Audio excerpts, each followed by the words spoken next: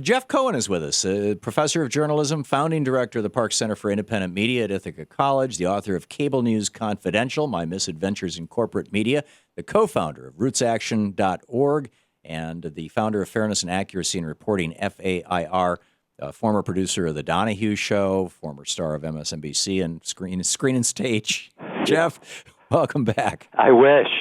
Yeah. You know, I started off on this rant, and it started metastasizing. It started moving in all these different directions, and I wanted to bounce some of it off you. There's this piece over at Media-Ithaca about how Ronan Farrow is probably going to get kicked off MSNBC. And, that the business model was sort of the thing that Air America did when I left and they replaced me with Montel Williams. Find some guy who's got a name, put him on the air, and give him $1 million. Right. And, that's like kind of dumb programming. But it then leads to another question, and that is, we didn't have the fairness doctrine from the founding of the Republic until the 1930s, and we did okay. But on the other hand, you could say, well, actually, we didn't do all that well. William Randolph Hearst and Frederick Remington brought us the Spanish-American War. You know, we've had problems with our media forever, or maybe not. And then the other thing is, Fox is getting great ratings. MSNBC is not. Why? And I would suggest that there is this giant right-wing echo chamber that Fox is part of. It's basically a support network. I know right-wing talk show hosts who get all kinds of spiff deals. They get huge speaking fees. They write a book, 10,000 copies, get bought by one of these right-wing foundations and passed out to WorldNet Daily to give away to get them on the New York Times list. And so they're building a constituency for, in all pieces of it. As I was walking in the subway this morning, there was a guy standing there passing out free copies of the local Washington, D.C. right-wing newspaper, the daily right-wing newspaper, the little 24-page tabloid. There's no such thing on the left. Right. So let's have a conversation here in the 6 or 8 minutes we have about the state of media and why is it that Fox is getting good ratings and MSNBC isn't? Well, I think that, the comment at The Nation magazine, their motto is, like when George W. Bush was in power, Bush may be horrible for the country, but he's great for the nation, meaning The Nation magazine. The readership goes way up. That's true. It sometimes helps to be in opposition.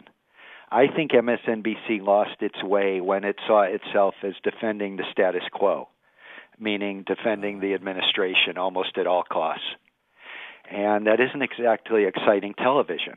Right. To apologize, to be on the defensive, blah, blah, blah. Well, and in fact, Limbaugh went on the air in 87. That was, the end of the Reagan administration. But he really didn't catch fire until Bill Clinton became president in 92. There's no doubt Clinton really helped him, but he was always doing well attacking the Democratic Congress.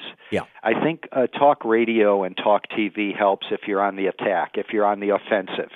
If you're on the defensive, it's sort of demoralizing to your viewership. Fox News is never on the defensive. They could have all branches of government in their hands, and they'd be attacking some weak-kneed, soft judge in Topeka, Kansas. Right. So talk radio and talk TV requires attack mode. It requires you to be on the offensive, criticizing something. And MSNBC has been apologizing for sometimes administration policies that are indefensible.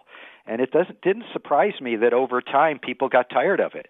Yeah. As people lost hope in or faith in or confidence in the Obama administration among moderates and liberals and progressives, I think MSNBC sort of lost their way doing the impossible. Well, and they've also, now that they're owned by Comcast, you will never hear and GE, you'll never hear a conversation on MSNBC about net neutrality, which I think is one of the biggest issues of our day. And you'll never hear a discussion on MSNBC about our trade policies, or at least an honest discussion about it, which I think is one of the biggest things that's destroyed the middle class. There's no doubt that I was over there, in 2002 and 3 at MSNBC. There are some huge issues that are off limits. Comcast has taken over from General Electric, but I remember wanting to talk about trade. It's just not an easy thing to do when General Electric owns the thing. And, Olbermann used to be one of the great advocates for net neutrality. And he left just as Comcast was coming because I think Oberman felt, gee, I'm having trouble with General Electric being the boss. How am I going to survive when Comcast takes over? So there's no doubt that when you have corporate ownership, I mean, Tom, you're lucky you control your own shows. Right. But if you're at MSNBC, your paycheck comes from Comcast. And you know that there are serious issues, especially, media conglomeration, that you have to avoid. And they do. But the other thing is, do you remember when Cenk Uygur was over at MSNBC briefly? Right. And he had good ratings. And they got rid of him because, as Cenk tells it, the management said to him something like, look, you can be anti-establishment when you're off on the web, but when you're here, you're part of the establishment. And I think what they were worried about is he was making it difficult for even to book Democrats, because he attacked both parties. Right. He was alienating the Chuck Schumer and Debbie Stabenow's of the world, the kind of, middle-of-the-road Democrats. Yeah, he was attacking corporatism in both parties, and that's not what they wanted at MSNBC. Right. So even though he had good ratings, he was let go. Phil Donahue was the top-rated show, and we were taking on the war when MSNBC didn't want us taking on the upcoming invasion of Iraq, and we were terminated when we were the most-watched program. Oberman was the most watched person on that network when he was gone. So, if you keep doing that, and you basically are operating in defensive apologetics mode, that just doesn't make good talk radio or talk TV. Fox News, and it's interesting because the edge that I always see at Fox News is not so much that they are taking on the establishment, but that they are constantly proclaiming victimness on behalf of their viewers. We are all victims. Yep. And here's the people that we're the victims of. And here's the way that they are persecuting us. And particularly, on behalf of, white middle Americans. Right? No doubt. There's no doubt about that. But again, I listen to you, Tom, and you talk about, you name the names. And here's the corporate trade deal that screwed the working class in this country. And you name the politicians of both parties. There's no doubt that that's better television and radio in this format, in the format of talk. You cannot be apologetic. And you raised another question about fairness doctrine.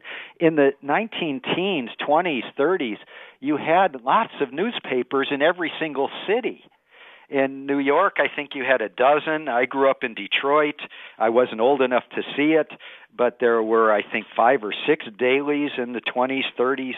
Yeah. So there was a lot of competition. Yeah. The reason you needed a fairness doctrine in broadcasting, in radio and television, is because it was a monopolistic medium, that if I didn't like what you were doing on a certain point in the dial, and I said, I'm going to set up a radio station to counter what Thom Hartmann's saying, and I didn't get a federal license, a monopoly license, I would have been put in jail. Yeah. So it was because of the limited number of stations. So some of this goes back to Reagan stopping the enforcement of the Sherman Act in 82, and then all of a sudden agglomeration of media as well. Yeah, I think the biggest factor was the conglomeration of media, and it really went to the benefit of the right-wing attack folks.